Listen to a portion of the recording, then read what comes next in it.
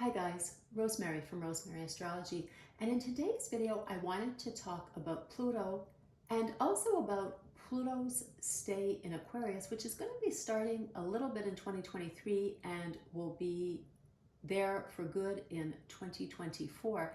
And I do encourage you to listen to the first part of the video where I talk a little bit about Pluto's energy in general. Remember, there's a lot to understand with each planet and with each sign, and you guys maybe know by now it's kind of my pet peeve when a planet or a sign gets reduced to just one key word. And also, because the transit is so long, it'll be good to maybe come back to this video once in a while and sort of refresh your memory as to exactly what this Plutonian energy is and how it's playing out for you in your chart with this transit that, as I said, is going to last 20 years. So that's quite a long time. So who was Pluto and what is Pluto exactly? Well, in mythology, Pluto was the god of the underworld or of the afterlife. So in astrology, he's associated with the subconscious and what happens at a deep internal level. Pluto is also, by the same token, death and rebirth, as well as power and control. Pluto is associated with the shadow side, the underside. Think of the upside down if you watched Stranger Things. Think of the term the underworld that we use to describe criminal activity. Interestingly, Pluto does rule criminal activity and what is hidden. And what is the underworld? Well, it's a whole area of activity that is hidden and secret and we don't see. Pluto does also rule secrets, and Pluto has a very secretive energy to it. In that way, Pluto shows us what is corrupt as well, usually by an imbalance of power, because Pluto is, as I said, associated with power and control. We also associate Pluto with enlightenment and regeneration through this transformative rebirth process. It's about evolving, transcending, and being more powerful as a human being. Not power over others, but in terms of self and evolving, along with having more control, again, in relation to ourselves. As astrologer Jessica Adams says, power comes through willpower and control through self-control. So Pluto is deeply and profoundly about the inner self. Now, Pluto the planet takes approximately 248 years to complete its orbit around the zodiac. Due to the eccentricity of this orbit, it takes Pluto between 12 and 31 years to pass through each sign. It was 16 years in Capricorn, or will have been 16 years in Capricorn by the time it completes its transit. And I know I said 18 in certain videos, but that's just because I can't read my own writing. But do know Pluto will be 20 years in Aquarius. So that's why I say earmark this video and come back to it once in a while to refresh your memory about what's going on with Pluto in your sign or your rising sign. But what's more, interestingly, is that none of us will have Pluto in all the houses or all the signs in our lifetime. And actually, if you divide 248 in half, it would be hard to have Pluto in only 6 signs in one lifetime. Roughly calculating, depending on the number of years Pluto spends in each sign, and depending on where Pluto is at the moment of your birth, you could see him transiting 5, perhaps 6 signs in your lifetime. Again, depending if we're looking at the lower end, 12, 16-year transits, or the higher end, 20, 30-year transits. So to me, Pluto indicates also some sort of evolutionary karma that we have for this lifetime. You know, is everything taking place here in the lower half of the chart with Pluto's transits? Is it the upper half? Is it one side of the chart, the other side of the chart, you know, the eastern hemisphere, the western hemisphere, the northern one, the southern one? This can all indicate, or even just, you know, a combination of houses. It really indicates, I think, what our evolutionary mission is for this lifetime. Now, the other thing that's interesting, I think, is that in 2020, there was the Great Conjunction. You guys probably remember that Pluto, Saturn, and Jupiter all wound up, piled up in Capricorn. It was around the winter solstice, so in December 2021 of 2020. Now, slowly, of course, the planets have been pulling apart since that time. Saturn takes 3 years to transit each sign and is going to be moving into Pisces, just as Pluto moves into Aquarius. And of course, By the time Pluto finishes his stay of 20 years in Aquarius, Saturn is going to be, 6-7 signs ahead. And of course, Jupiter is moving ahead quite quickly because he spends only 1 year in each sign. But my feeling with this energy as these planets begin to pull apart is almost that I can breathe easier. It's as if we're heading for more balance, as opposed to so much energy being concentrated in just one place. Now, the other thing to mention is Pluto isn't a repeat of Saturn. Saturn has been preceding Pluto since they began to pull apart after 2020, but they are not the same energy, although we see them both as very serious and almost very heavy planets. But Pluto isn't exactly Saturn. Saturn does pave the way, but Saturn functions on a more concrete, down-to-earth, events happening around us type of way. Pluto is very deep and inner and transformative. Will we see some final activity as Pluto winds up his stay in Capricorn? I tend to think that, when planets first ingress into a sign and cross the cusp and then leave, and, do know Pluto will spend 2023 hovering back and forth on the fence type of thing, they do tend to manifest more with, some extra activity, as if to say, I'm leaving, I really have to wrap things up, here's my message, and I really want to make sure you get it. When Pluto entered Capricorn in 2008, it was definitely a recession. There was a lot of financial downturn. Now, are we seeing this again in 2023 as Pluto leaves Capricorn? Certainly the financial situation is somewhat bleak, but Pluto has shaken up all of our institutions. Remember, Capricorn, associated with the 10th house, is all about government. It's about social structure and hierarchy. So Pluto has shaken all that up, has shown us what isn't working.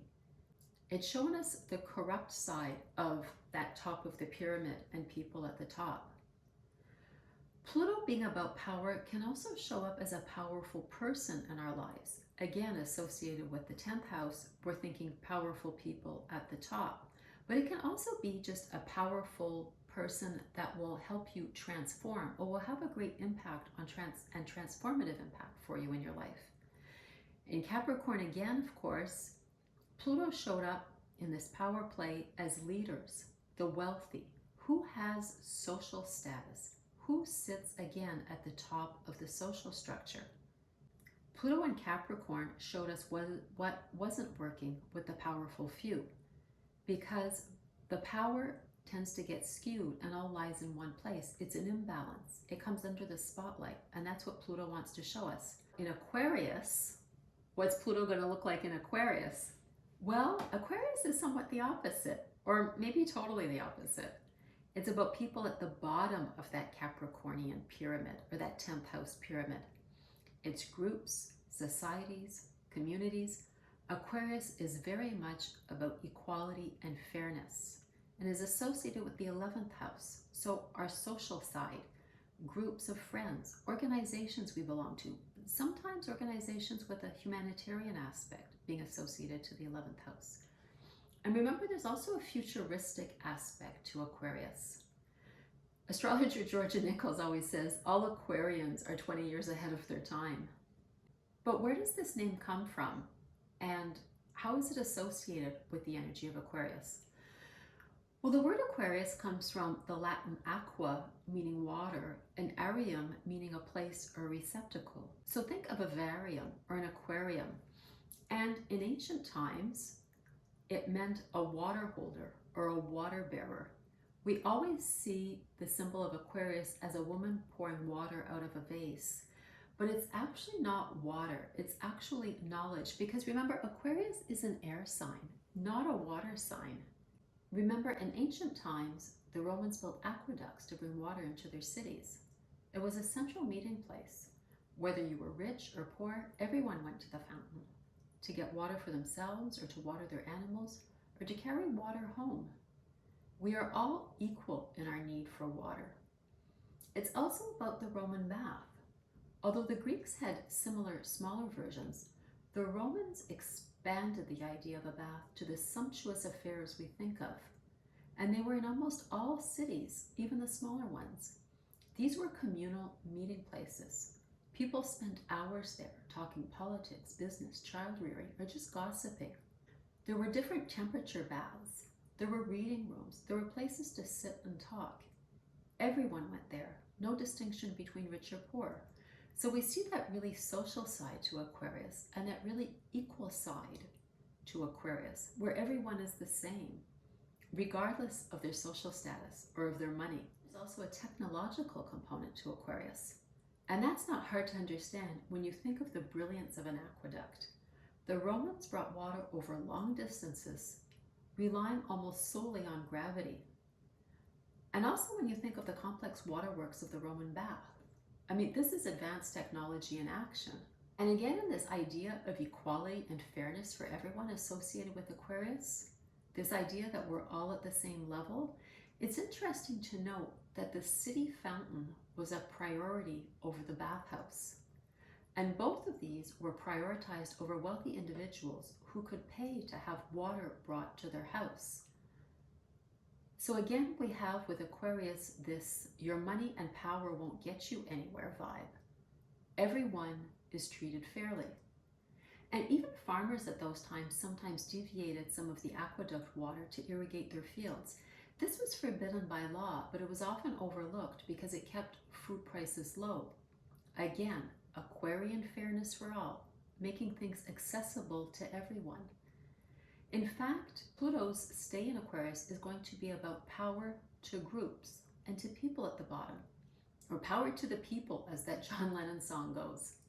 It is going to restructure communities, and with that technological side, perhaps it's going to be an even bigger growth of online communities, places where we meet almost more now than in person. So perhaps our communities are going to be along the lines of what we have in common, or where we show up online rather than along geographic lines. As I said, it's going to be about groups of people at the bottom, regular people having more power, maybe by speaking up and out, but also through their actions, whether concerted or not.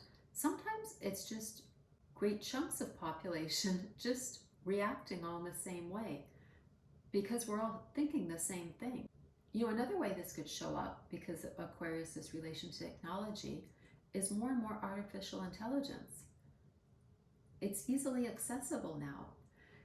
And actually, an interesting thing that was brought up in Yuval Harari's book, 21 Lessons for the 21st Century, is would we one day rely on artificial intelligence to make big decisions, to make government decisions?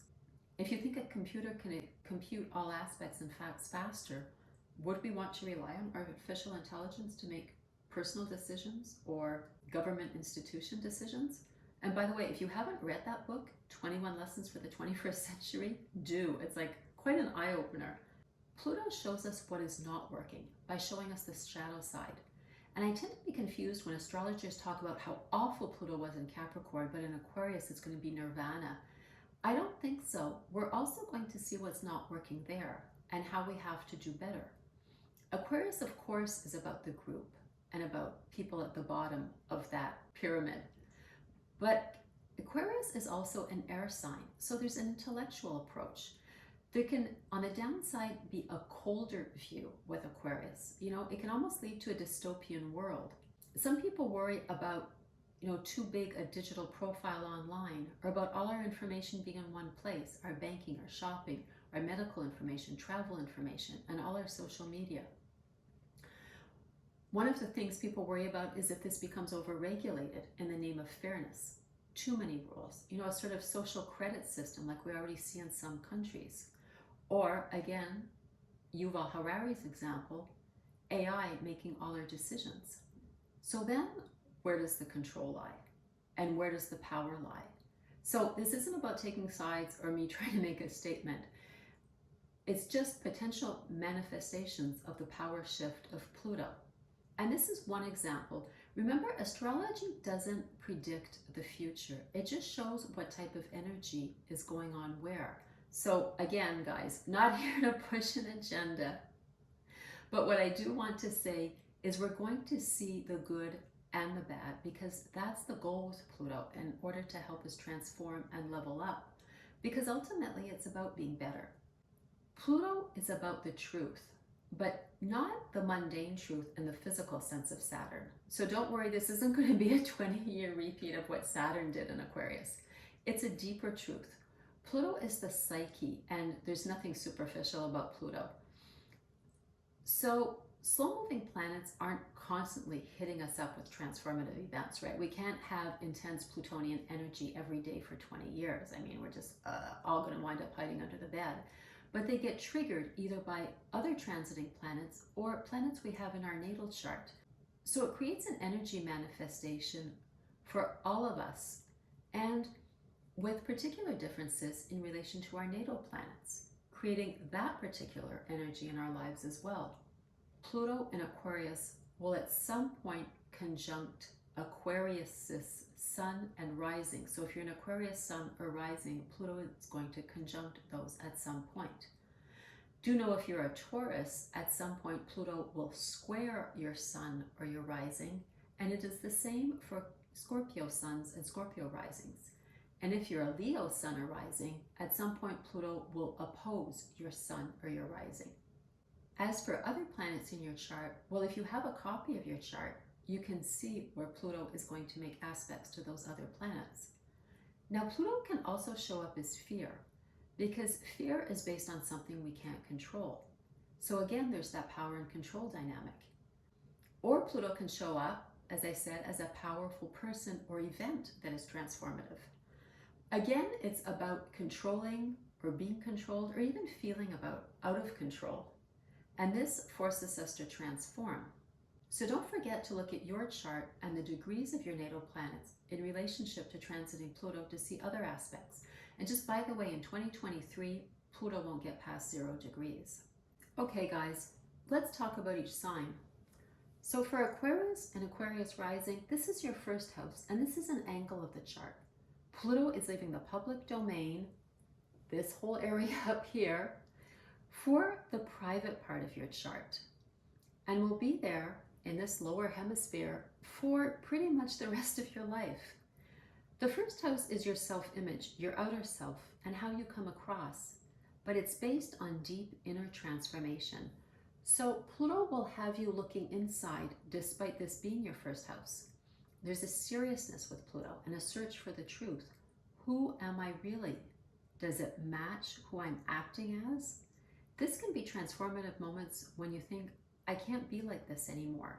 You're going to reject being controlled, and you're going to have to avoid being over-controlling. This will also probably make you more discreet because of Pluto's secretive side. You're not going to be prone to explaining yourself, even if people do notice this transformation on the outside, and they will, because it'll inevitably be reflected on what you project outwards. But you won't really want to talk about it too much. Capricorn and Capricorn rising, this is your second house of wealth and income. But Pluto here will be more about how you view your wealth. Is what you own controlling you, or do you control it? And how much of it? Pluto's intensity can make you want to earn more money, definitely. But you'll question the idea of power through money. Sometimes this can mean a fluctuation with wealth, but not always. Pluto will more want to show you what is worth it and what is not, or what is valuable to you and what is not. You will change your view of material wealth, not necessarily through losing it all or giving it all up, don't worry, but about becoming more detached. And remember, Capricorn, again, it's all about you transforming. For Sagittarius and Sagittarius rising, this is your third house. Communications will be heavier and more intense. Remember, the third house rules all our communications, even online, also siblings and kin. So you'll most likely find your voice, and that's written as well during this transit, and finding your power through using your voice. What you say and do will have to be coherent. I started a blog, started putting my ideas out there with Pluto transiting my third house. I also became more present on social media, and of course, as Pluto finishes up his transit of my third house, here I am on a YouTube channel. Our third house is our internal dialogue, our internal thinking. It's us talking with ourselves, and this will deepen and take on more importance. There's a sense of thinking deeply about something, expressing your position, and then acting in accordance. There's an alignment that's going to have to be there. Rather than having a concept but getting derailed somewhere along the line, especially by others who, if they are able to do that, are obviously exerting more power over you than you are. So, this could show up as siblings or cousins, very much associated with the third house. But that dynamic will change. And at the same time, Pluto's secrecy will have you weighing your words, communicating powerfully, but saying little. Scorpios and Scorpios rising. At some point, Pluto in Aquarius is going to square your sun or your rising, as I said. Pluto enters your fourth house of house and home. It's related to Cancer and the moon, but it's also where we feel at home, starting with ourselves. Now, this is going to be Pluto crossing over the descendant in your chart, the most personal part of your chart. Living in a situation or in a place that is no longer coherent with how you are won't work during this transit. Your private life will become even more private. Remember, your fourth house is the most personal and private part of your chart. If your front door is a revolving one, that will probably end. Pluto can have you probing deeply into family dynamics, childhood patterns, fatherly or family traditions, and the paternal influence in your life, because the fourth house is also associated with the father or the father figure in your life. People may perhaps find you more withdrawn, but at the same time, you may feel the need to retake control, and you have to avoid being over-controlling with others in terms of family members. Pluto's transit through your fourth house can also mean a change in family composition and dynamics, even in your actual home or house or flat or your homeland. Now, for Libras and Libras rising, Pluto is going to transit your fifth house. This is children, romance, creativity. You may find you embark on very intense romances. Pluto makes us want to experience everything very intensely. And it can even be with someone you know is not a good fit or almost toxic. This can happen unwittingly, but you'll start to realize what you are subconsciously attracting, because remember, Pluto relates to what is very deep and subconscious within us. There's going to be an exploration of power and ultimately what you are going to reject. This is sort of, when we have a type and we repeat the same type, but things never work out. Well, this can be the time where you stop attracting that same type. Pluto in our fifth house helps us see the patterns that we have, even, as I said, on a deep subconscious level, and what has to be reborn as a new approach. And this can also show up as secret romances, or romance with someone who is very powerful and transformative for you. Also be cautious about trying to exercise too much control over lovers and also over children, which fall under the fifth house. Don't become the helicopter mom or the helicopter partner. Control has a lot to do with fear. And of course, there's going to be an aspect of confronting fear of losing people, losing children, losing lovers, whether they move away as children or move out, or whether, a romance comes to an end. It's about facing what you don't control. As I said, there's a lot of intensity to romance, but also interaction with your children and even your creativity and your pastimes. You're going to be very involved if you have a creative pursuit, and even fun activities are going to have something intense to them. You're going to want to challenge yourself. So you might try activities with a risk factor. Maybe you're going to try something like, skydiving or rock climbing. Virgo, Pluto's transit through Aquarius is going to be in your sixth house, and this is the house associated with your sign. It governs workplace and your duties, also lifestyle and your health. Virgos usually very much like routines that work, and they're all about perfecting that routine. So you may reject a work situation where someone or just the general construct is too controlling. You might opt for another job during Pluto's transit that is more congruent with the lifestyle you want. You could even change jobs several times, and this is all about rejecting perhaps too much control or trying to have more control over your job or your work in the job place. Or as I said, because your job doesn't match the lifestyle you want. And again, if you don't work in paid employment, this is your daily duties or, the jobs you have or the tasks you have, and this is also going to change. It's what you do on a daily basis, whether paid or not. You might change this up not only because of the control aspect, but perhaps because you're going to pay more attention to your physical health or your lifestyle. You want something that isn't as intense, that doesn't demand as many hours, that doesn't cause as much stress. Now, it's important to pay attention to your health during a Pluto transit.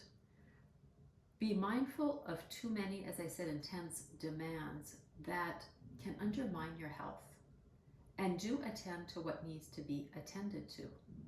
You can definitely change up your diet or exercise routine during the Pluto transit. These are the transits where people say, I completely changed my lifestyle. I quit my 9-to-5 job and now I work for myself online. Or, I lost weight after knowing I was at an unhealthy weight my whole life. Finally, they did that transformation. I stopped smoking, I stopped drinking. And as I said, it can maybe mean exploring different jobs.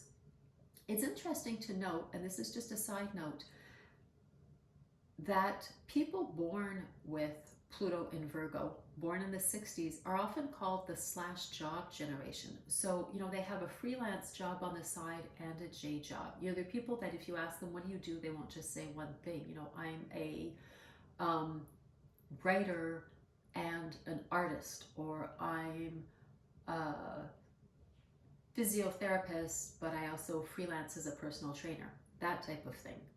Leo, Pluto is going to be transiting your 7th house. And I know you just had Saturn there. Actually, all of us have just had Saturn preceding Pluto.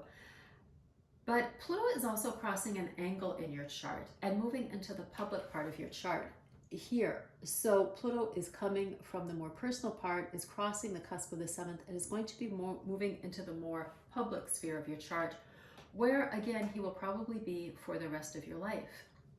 Aquarius is your opposite sign.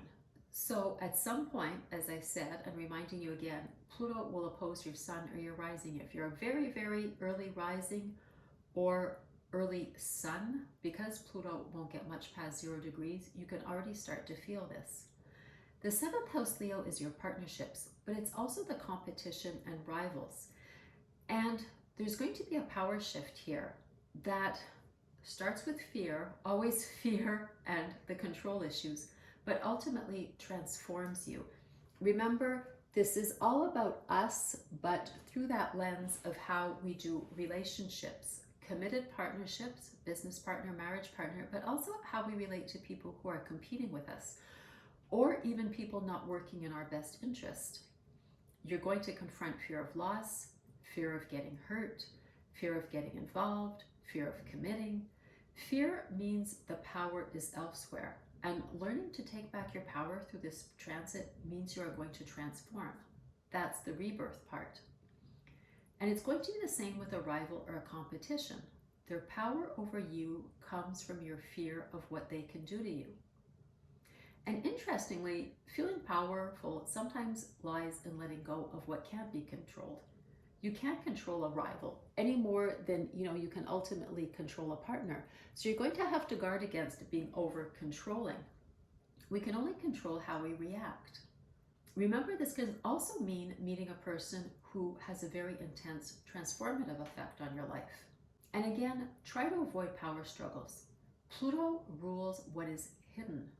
So this is especially true about people not working in your best interest. And remember, ultimately, it's all about you evolving. So try to see all this in relation to yourself, how you can transform, how you can change your outlook, and not attribute all the control and by the same token all the fault to that other person. Now, for Cancer, Pluto is going to be transiting your 8th house. And this is the house related to Pluto as the modern ruler of Scorpio. This is your joint wealth and money you benefit from through others. You're going to definitely explore how much control this has over you, and you may certainly strive for more independence. Debt is one area in particular that means someone else has control over you. For example, a mortgage or a loan. The terms are set by someone else, and either you conform or it's no mortgage or no loan. This can also be money you count on via another person, but has an uncomfortable or even toxic relationship that goes along with it. And the example I used in one video is like an inheritance. You stick out the relationship even though maybe this person's values or way of being doesn't align with yours, or even if they're toxic for you, because there's a financial benefit. Now, you're going to question all that again with Pluto's transit through your 8th house. Because the 8th house also relates to death, this could be a significant death in your life that will transform you. And you may also take a deep dive into what is hidden or secretive. You may explore the occult, or what is taboo, or what is dark, things you never thought you'd look into before. Geminis and Gemini rising. Pluto is transiting your 9th house. And this is going to be you really taking a look at your place in the world. This is going to go through a deep transformation. You may look to spiritual or religious knowledge or experiences to help you further this. Organized religions do belong to the 9th house, as are official ceremonies like weddings. You may explore your religion more or others, and it's all with a goal of gaining a better understanding. Now, the 9th house is also long distance travel in time or in miles, and you will probably, if you do travel, do it with this goal in mind. So it's going to be something like a trek, like Compostelle, or a retreat, or doing charitable work in a developing country. Something that is completely different and where you sort of, find yourself. And it can even be something that challenges you as part of your self-discovery. There's a need to experience it vibe with Pluto in the 9th house. And you're probably not going to be content with just absorbing knowledge, with your mind or sitting with a book. It's going to be going somewhere and doing something that is, completely out of your usual environment. So I'm thinking, definitely this long distance travel to a far away, completely different place. Because the 9th does rule long distance travel and what is different from us and different cultures, it can also be meeting a person that is different from you, either another country or a completely different culture or a completely different religious view that has a profound impact on you. The 9th is also philosophy and publishing, so you may want to communicate what you know with others. And just remember, again, don't fall into Pluto's power aspect in terms of imposing your truths or your life view or your new life view too forcefully on others. Remember, the 9th is also legal matters, so do again avoid power struggles here and seeing only your way as the right way. Lovely Taurus. Pluto is going to be transiting your 10th house, and at some point, again reminding you, is going to square your sun or your rising. Pluto is going to intensify where you strive for success. Remember, the 10th is where we want success, whether it be the corporate ladder or success in another domain. And it doesn't have to be work. So if you don't work or you're not in paid employment, it's just somewhere where you want to be successful, where you want a form of public recognition. But again, this begins on the inside, knowing who you are, and of course, defining exactly what you want and what success looks like to you. Pluto can bring this transformation on a very internal level in terms of, where you want to find success and exactly how that makes you feel and how that transforms you. You may potentially change jobs more than once if you are looking for success there, again, in the corporate ladder. Ultimately, it'll be about finding that job of, that gives you that feeling of, this is what I was meant to do. And because of the association with the 10th house, remember, this might be a boss or an authority figure or a person with power that is going to have a profound effect on you. Or on the other hand, you may develop a power struggle with this person that is a supervisor or a boss or an authority over you. But either way, it is going to be transformative. Either way, again, it is going to be about what is going on inside of you. In terms of 10th house matters, the thing we have to guard against with the Plutonian transit is becoming obsessed or taking any means to reach our ends. Don't go for the end justifies the means aspect, Taurus. And take the time to make sure that what you are pursuing is right for you. Now, Aries and Aries rising. 11th house is where Pluto is going to be transiting for you. And this is, friendships, our social side, organizations we belong to. And your friendships and the groups you participate in are definitely going to change during this transit. You're going to explore what isn't working, where you perhaps have been making too many allowances, where you overlooked things. Anything superficial will disappear. You're going to be drawn to more intense friendships that really help you grow. So you're not going to do friends who don't support you 100% anymore. It's either all in or nothing. There's going to be an intense scrutiny of all these friendships and groups and organizations you belong to. A little bit in the same way of the dynamic I was speaking about in the 5th house, you may explore deeply why you are always attracting the same kinds of friends or renewing with friends who aren't really good for you. You're going to be forced to examine why you are subconsciously attracting them, and it's going to be about that pattern. So again, we see that Pluto works very much on us internally, regardless of what's happening outside. What's happening outside is just like a manifestation of what's going on inside. And it's going to be the same for the organizations you belong to. Avoid organizations where one person seems to wield too much power. That's definitely not going to be for you anymore. Again, you may meet a person, a friend, who is going to be deeply transformative for you, that is going to change you on a very profound level. The 11th house is also wishes and hopes. Sometimes we use the term long-term goals. These are also going to be reviewed and transformed. What of those really aligns with who you are? What is really reflective of who you truly are? You might have new long-term goals that are going to be profoundly tied to your identity, not just for appearance's sake or status. Remember, Pluto doesn't do anything superficial. So here, as well as in friendships and organizations, everything has to have this deep, profound meaning for you, Aries. Finally, last but not least, my lovely Pisces and Pisces rising. This is very much about transformation of your inner self with Pluto transiting your 12th house. Pluto is going to draw you very much inwards to examine behaviors and patterns you have on a deep, even subconscious level. You may strongly feel the need to consult with someone to discuss and shed light with whatever patterns you feel you have, or with whatever way your life has been going and what you want to change.